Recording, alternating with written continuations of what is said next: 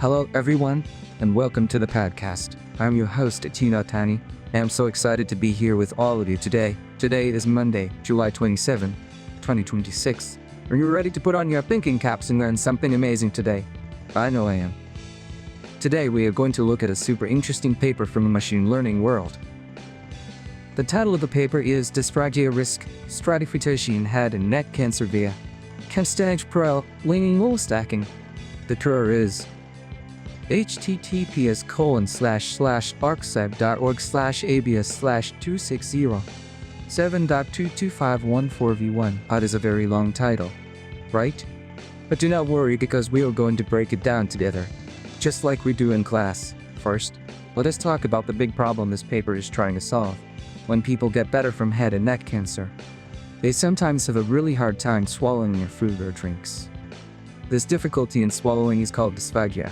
It is a very serious problem, because if you cannot swallow properly, you might not get enough nutrition, or food could accidentally go into your lungs. Right now, to figure out if someone has this problem, doctors use a special kind of moving X-ray called a videofluoroscopic swallow study. This X-ray is amazing because it shows exactly what happens inside the throat when a person swallows. However, it is also very expensive, big machines, and needs highly trained experts to operate it. It can also be very tiring for the patients who have to travel to the hospital and do all these tests. Because of this, doctors cannot test patients as often as they might need to. So what if there was an easier way? What if we could just ask the patients how they are feeling and use their answers to figure out if they need help? That is exactly what this paper is. Researchers want to use something called patient-reported outcomes. This is basically a fancy way of saying a questionnaire where patients answer questions about their daily life and symptoms. They answer questions like, is it hard to go out to eat? Or does it take a lot of effort to swallow? These questionnaires are super cheap, very easy to give out, and can be done from anywhere. But the tricky part is, how do doctors know exactly when a patient's answers mean? Are in real danger or need that special X-ray? To solve this, the researchers built a really smart artificial intelligence model. They used a technique called two-stage stacking. Let me explain how this works and compare it to older technologies. In older machine learning methods, scientists might just throw all the data, like the patient questionnaires and their medical records, into one big mathematical mixing bowl. The questionnaires and medical records are very different types of information. Mixing them directly can confuse the computer. Instead, this new technology uses two separate steps like a relay race. In the first stage, a model looks only at the answers to the patient questionnaire. It finds hidden patterns in how patients describe their struggles, like how coughing while drinking liquids connects to difficulty in social situations. And it passes a risk score to the second stage. In the second stage, a different model called Diagnostic takes that risk score and adds in the clinical medical facts. Facts like the size of the tumor, or if the patient needed a feeding tube.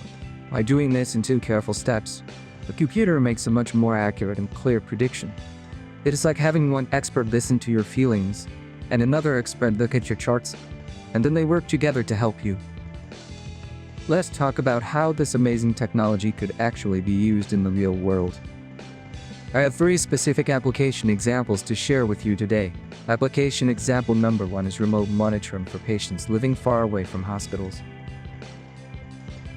Imagine a patient who lives in a small rural town, hours away from the big cancer center. Instead of making them drive all the way to the city just to check on their swallowing, they could just fill out a quick survey on their smartphone every week. The artificial intelligence would analyze their answers instantly. If the computer notices that the patient's answers show a high risk of swallowing trouble, it would automatically alert their doctor.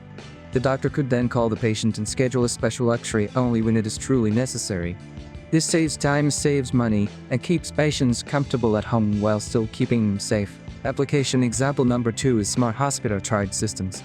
In a busy clinic, doctors see dozens of patients a day.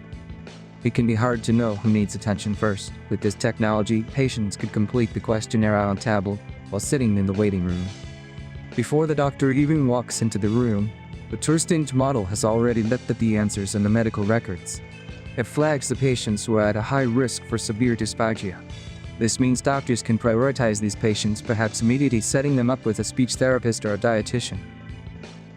It acts like a super smart assistant, that helps hospitals organize their care, ensuring no one falls through the cracks. Application example number 3 is adapting this concept for other medical side effects. While this paper focuses on swallowing problems after head and neck cancer, the idea of true stage stacking with patient questionnaires is incredibly powerful. You could apply this exact same framework to patients recovering from other tough treatments.